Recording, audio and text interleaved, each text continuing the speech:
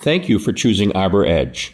Your diamond-coated sharpening tool is built specifically for carbide-tipped stump grinding teeth only. It is not designed to sharpen steel or other hardened media found on chipper and lawnmower blades. Save time by sharpening your teeth in the field or back at the shop without removing them from the wheel. If you prefer working at the bench, you can also sharpen them off of the wheel in a vise for more control. When grinding carbide, always wear proper eye and respiratory protection. Carbide dust is a known carcinogen and should never be inhaled. Before sharpening, always wire brush your stump grinder teeth to remove any dirt and other debris.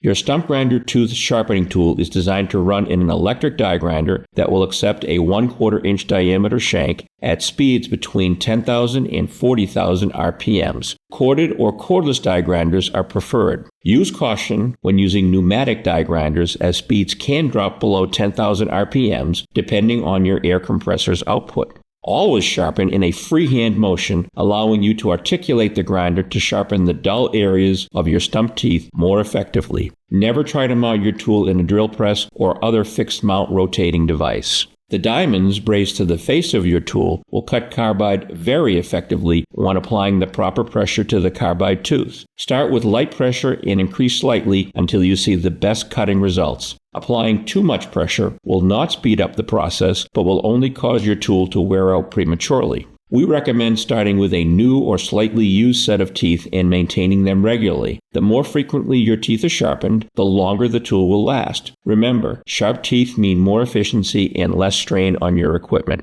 Trying to bring back stump teeth that are significantly worn will only reduce the life expectancy of your sharpening tool. Thank you again for choosing ArborEdge. We truly appreciate your business, and if you have any questions about the sharpening process, please give us a call. A real person will be there to help.